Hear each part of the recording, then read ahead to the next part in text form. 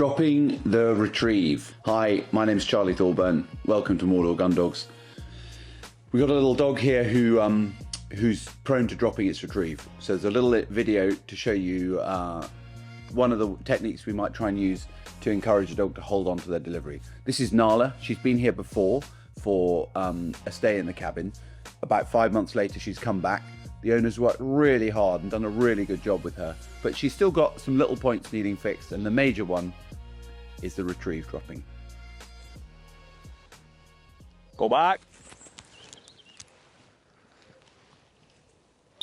Good girl. Here, hold it. Hold. Good. Hold. Good. Hold. Keep encouraging. Good girl. There you go. Good girl. Sit. Good girl. Hold.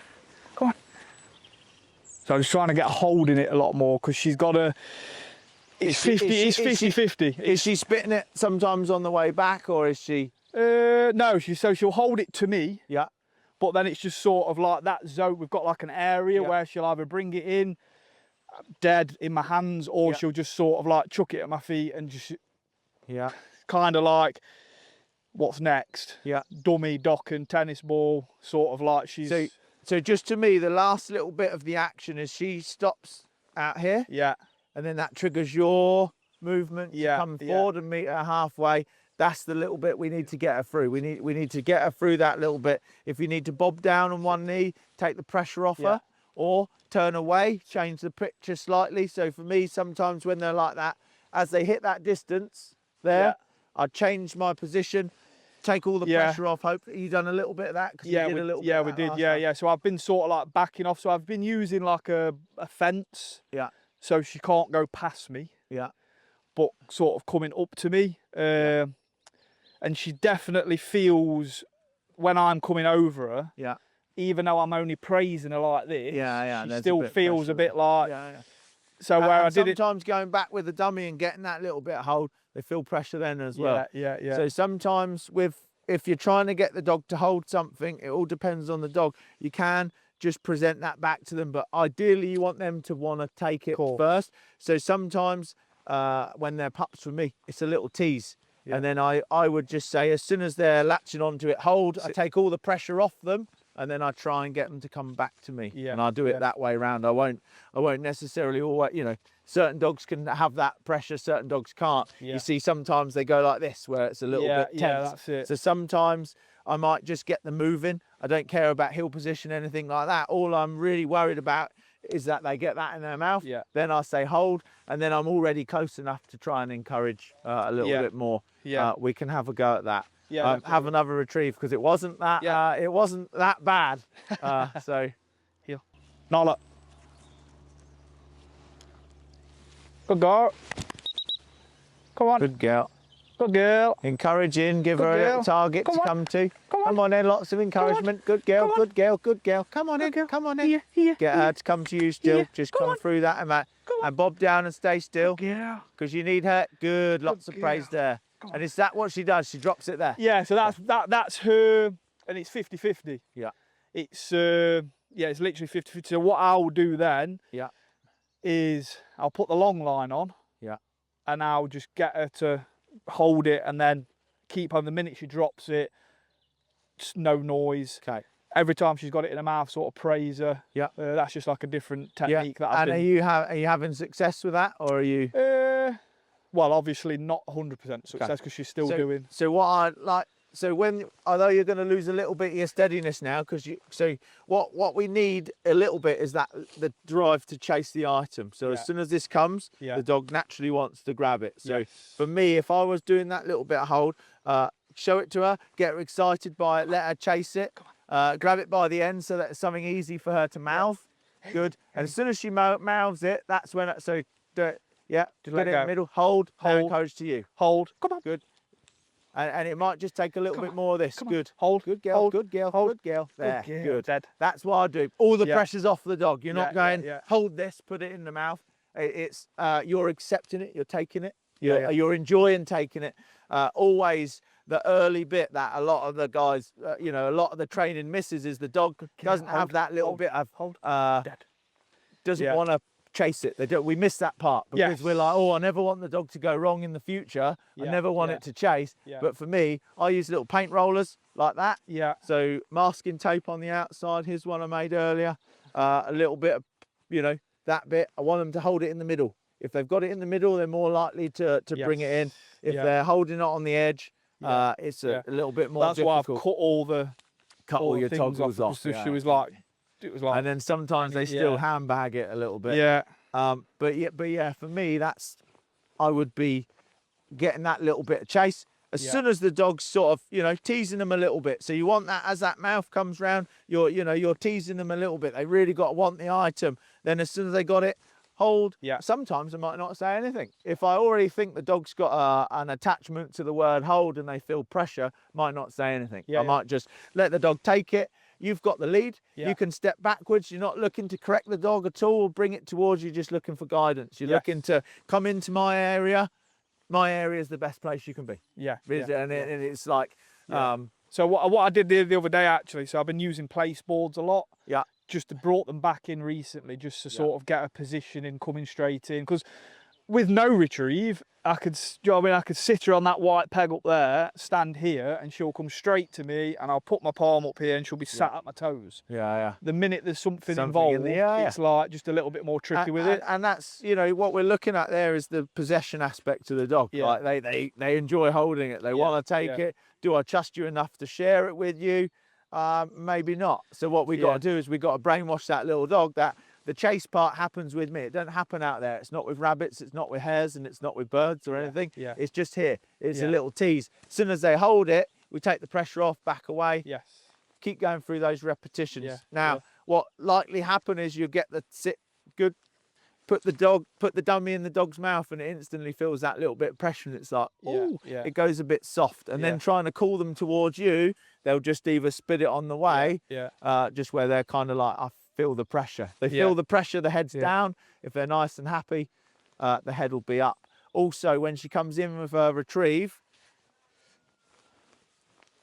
you need to come under the chin quickly. Try and get that chin up. Try and get that chin up in the air. If she's having a little bit of a little salt, you could just help her up. Lots of praise as soon as that, and be a little bit silly. I think that's just because I've been so concentrated on praising her and going round the back end just to sort of take my hands away from her mouth, because it was instantly, as soon as my palm was there, it was so I was there like trying. For me, just to start with, like the stage one of like that is chase it, hold it, and celebrate together. Come on. But yes, good girl. Good, and good then girl. celebrate together. Hold. You need to be able to touch the dog. Good girl.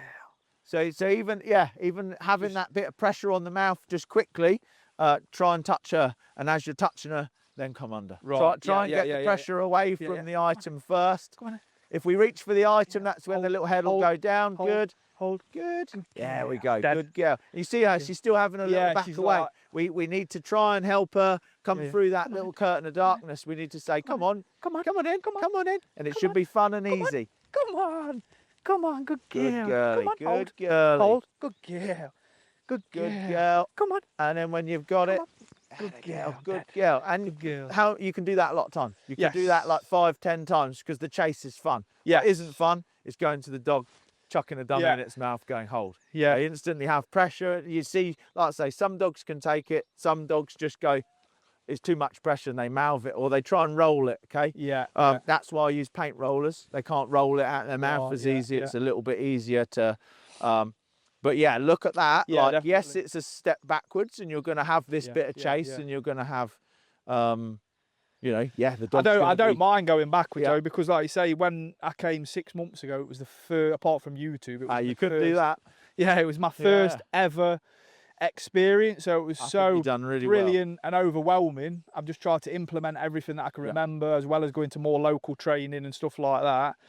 But now it's time to sort of just go, not back to basics, but fine-tune the basics. It's fine-tuning is exactly why you're here. For me, that'll be that. That's the finish line. That A's out there picking it. We've not got a problem with that. The run out, the mark, easy peasy. The bit we got a problem with is the finish line. I've heard other trainers sort of say it's like a football match with no goals. You don't, how do you start? How do you finish? The dog's just running around kicking a ball. What you want to do is work out where the start point is, where the finish point is. Finish point is right there. Have to get that dog able to come into your hand and see that as a good thing. Celebrate together, and then after you've got that retrieve, instantly go back to another little game of chase. So I do this all separate away from the obedience. I'll do this on a fun day. Come on, good girl. Come on, good girl. Good girl. Just a little toe getting caught in the that's in the lead. Yeah, that's it. And are you gonna be able to come along with me? Sit. Hello. Is it like, oh, my dad? Come on in. Come on in. We'll continue here. Yeah. Just but just you can tease her a little more. Be a little bit more fun with it. Make it much more of a thing. Just in this lesson, I don't really care that there's jumping up. It's not a hill lesson. Just bob down, try and get that little thing in, and as soon as it comes out of her mouth, good. Start chase again. So that coming to you reanimates the item and makes it fun. Good girl. Come on. Here we go. And then that's it. And then when you're ready, and then start the chase. Yes. Come on. Now bringing that item to you, start something good off now. Yes. Apart from that drop. Yeah. Come on. And for every incorrect one that you've had over the time. Come on. Come on. Come on. Good girl. Hold. Good girl, come on. There's a girl, there's a girl, lots of praise. And then stop on that one for a minute. Yeah. Bit more teasing. Get her a little bit more excited for it. Other than that, it's good. She's wanting to mouth it. She's wanting to take that. Then, once you got that for 8, then you can add a dummy because she's not going to feel the pressure then. Yeah. But for me, standing like that, they always receive the dummy better on the move if you ram it down their throat. They're like, you know. Yeah, we did. There was one time we only did it once, and it was sort of like trying to force the dummy in. 40 minutes didn't happen. Nah. And it'll just put her back the way. Yeah. And again, I can't stress enough. That's always a really important bit is having that drive for the item in the first place. It has to be, really want to hold it. If it doesn't want to hold it here, it's not going to want to hold it out there, and then it's going to have that little bit of a. But that's the bit you practice. Practice that loads. That's the finished part. Gradually make it harder. You're going to have to do it with retrieves and stuff eventually. And it just be the same picture happens. Yes, she's not going to be chasing it after she's done a retrieve or anything like that. That's a different thing. But we're just getting over that problem. Hi, I'm Ash. I'm from Mordor Gun Dogs. What we're going to do today is looking at how to play with your dog and how to kickstart your retrieving. We recently had Narla in for some training, and we got some videos of that. And what I want to look at is the breakdown of training. The important thing that actually gets missed. So this isn't a puppy, so we're just going to have to imagine he's a puppy just for a second. So normally there's a lot of steadiness early on. Which turns the dog off from the retrieving, and we add complexity to something that they're not doing right. So the rules of play starting off with this dog are that I need it to engage with the item, I need it to chase the item, I need it to mouth and grab hold of the item, and then I need it to share it with me. So when you have a dog, and so this is just a rolled up towel with some cotton around it. The reason I use stuff like this or a paint roller is that the dog sometimes already has an association with a tennis ball or a dummy, that it picks it up, it drops it, and it runs away with it. By having a completely new item, which it's never had before, I can just teach it something. By beginning, yes, he's nice and calm, but what I want to do is I want to engage this little game. Now, he's going to turn into a big puppy because I've done this.